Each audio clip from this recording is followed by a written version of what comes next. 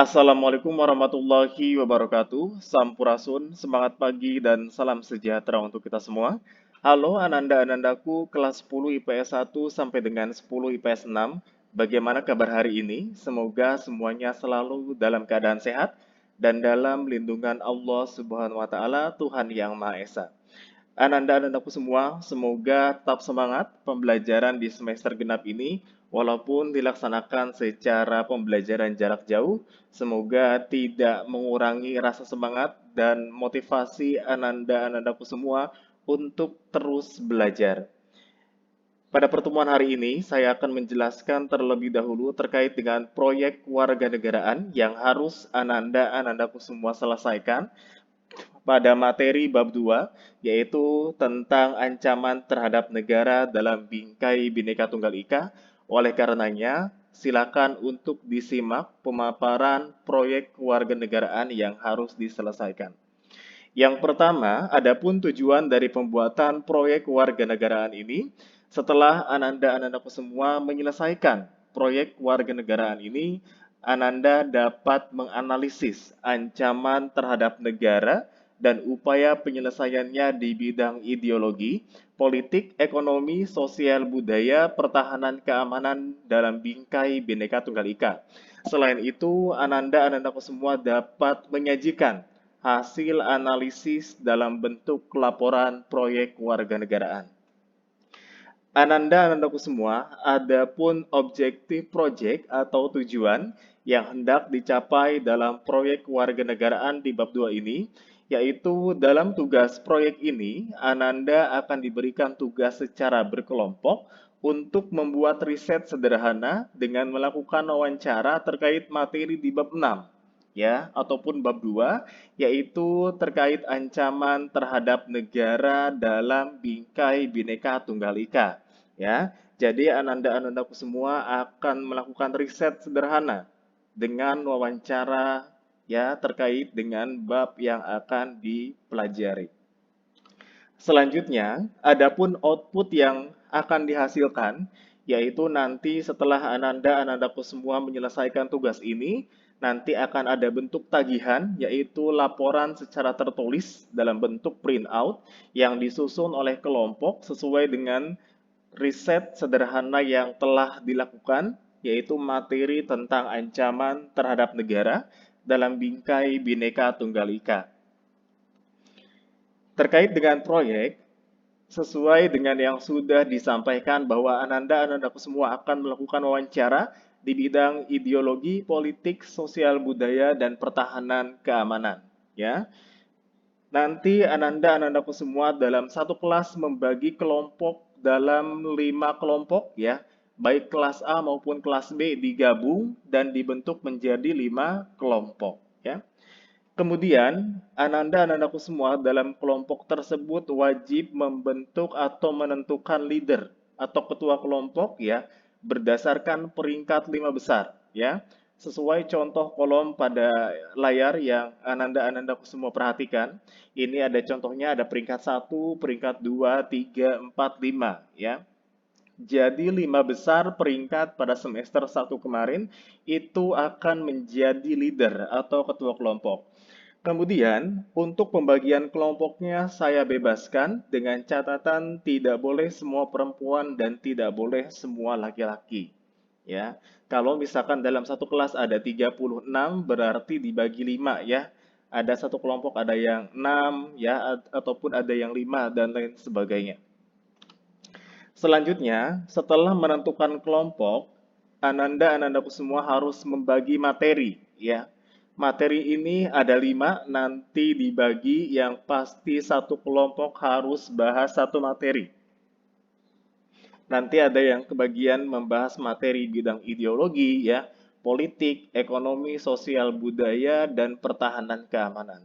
Setelah itu, setelah ananda-anandaku semua membagi kelompok dan materi terbagi, kelompok harus mencari permasalahan pada bidang yang telah dipilih ya dan dibuatkan pertanyaan untuk melakukan wawancara dengan minimal jumlah pertanyaan yaitu 10 pertanyaan ya. Jadi, kalau misalkan sudah terbagi, misal kelompok satu sudah terbagi dan misalnya mendapatkan bidang ideologi, ya, maka kelompok satu harus mencari tahu terlebih dahulu ada masalah apa di bidang ideologi yang dapat mengancam, ya, integrasi nasional. Ya, ditentukan dulu masalahnya apa, terus kemudian dituangkan dalam bentuk pertanyaan dengan minimal 10 pertanyaan. Ya, setelah itu, kelompok menentukan narasumber yang akan diwawancarai dengan minimal satu orang anggota itu satu narasumber, ya. Sasaran narasumbernya siapa? Yang pertama boleh teman, ya, orang tua, saudara, misalkan ya, masyarakat atau orang yang dirasa ahli sesuai bidang yang sudah dipilih pada masing-masing kelompok, seperti itu.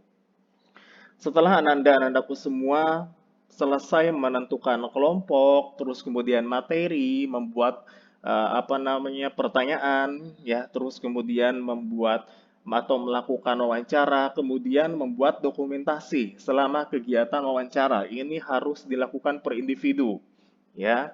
Misalkan si A mewawancarai si B, maka harus ada foto antara si A dengan si B, ya. Jadi harus terlampir. Begitupun halnya dengan rekaman suara ataupun video yang nantinya akan dilampirkan sebagai bentuk tagihan bahwa Ananda-Anandaku semua telah melakukan wawancara. Selanjutnya, adapun tugas kelompok, ya, setiap anggota kelompok minimal mewawancarai satu narasumber sesuai dengan bidang masing-masing dengan jumlah pertanyaan minimal 10. Kalau misalkan ada pertanyaan, Pak, boleh tidak saya mewawancarai narasumber lebih dari satu? Jawabannya boleh gitu ya, tapi dikembalikan lagi ke kesanggupan masing-masing individu. Bisa atau tidaknya yang pasti tidak memberatkan diri masing-masing ya. Adapun selama kegiatan proses pembuatan laporan, setiap anggota kelompok wajib untuk mendokumentasikan kegiatan. Entah itu foto bersama narasumber gitu ya, ketika Ananda semua melakukan wawancara, terus kemudian rekaman suara dan video ya untuk kebutuhan penulisan laporan proyek, dan yang terakhir menyelesaikan proyek laporan bersama anggota kelompok sampai dengan selesai ya. Ingat bahwa ini adalah tugas kelompok, jadi semuanya harus bertanggung jawab ya untuk menyelesaikan proyek ini sampai dengan akhir. Yang selanjutnya terkait dengan penulisan laporan ya. Laporan nanti diketik pada Microsoft Word ukuran kertas A4, terus kemudian marginnya 3433, kanan 3 cm, kiri 4 cm, atas 3 cm dan bawah 3 cm. Tulisan menggunakan Times New Roman, spasinya 1,5, font size tulisannya 12, rata kanan kiri atau justify, dan diberikan nomor halaman pada laporan tertulis yang nanti akan Ananda buat semua. Dan selanjutnya terkait dengan timeline pengerjaan proyek. Pengerjaan proyek kewarganegaraan ini dimulai tanggal 25 Februari 2022 sampai dengan tanggal 25 Maret tahun 2022 ya. Jadi tugas proyek ini Ananda selesaikan dalam jangka waktu 1 bulan ya. Saya harap Ananda semua dapat memanfaatkan waktu dengan sebaik mungkin ya. Nanti akan ada jurnal harian yang harus diisi, yang pasti setiap pertemuan pelajaran mata pelajaran PPKN harus ada progres yang diselesaikan oleh masing-masing kelompok. Ya, harus ada laporannya. Setelah itu, kelompok nanti wajib untuk mengupload video hasil wawancara dengan durasi maksimal 3 menit pada IGTV ya dan men-tag akun @ppkn-sman1rdk mulai tanggal 23 sampai dengan 24 Maret 2022 dengan menyertakan caption dan nama anggota kelompok. Untuk caption silakan nanti menyesuaikan gitu ya yang pasti sesuai dengan bidang yang dibahas dan melis anggota kelompok ya pada hasil uploadan tersebut. Video ini maksimal 3 menit ya. Kalau misalkan anggota kelompok ada 6 atau 7 orang, silakan dibuat semaksimal mungkin. Yang pasti maksimal videonya 3 menit ya.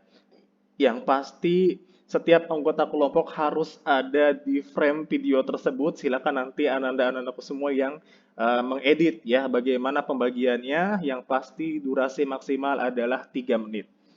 Dan selanjutnya, untuk pengumpulan laporan tertulis yaitu tanggal 25 sampai dengan 28 Maret tahun 2022. Ya, nanti laporan proyek kewarganegaraan berupa laporan tertulis dalam bentuk printout itu dikumpulkan tanggal 25 sampai dengan 28 Maret 2022. Oke, Ananda-anandaku semua, itu yang dapat saya sampaikan terkait dengan proyek kewarganegaraan yang harus diselesaikan di semester genap, ya, terutama di bab 2 terkait materi ancaman terhadap negara dalam bingkai Bhinneka Tunggal Ika. Saya berharap Ananda-anandaku semua dapat melakukan riset sederhana ini dengan semaksimal mungkin, dengan memanfaatkan waktu yang ada dan dibuat dengan bersungguh-sungguh. Apabila ada hal yang ingin ditanyakan, silakan nanti untuk ditanyakan di grup WhatsApp. Terima kasih atas perhatiannya, tetap selalu jaga kesehatan. Ingat, buatlah proyek ini dengan tetap mematuhi protokol kesehatan yang berlaku. Terima kasih. Wassalamualaikum warahmatullahi wabarakatuh.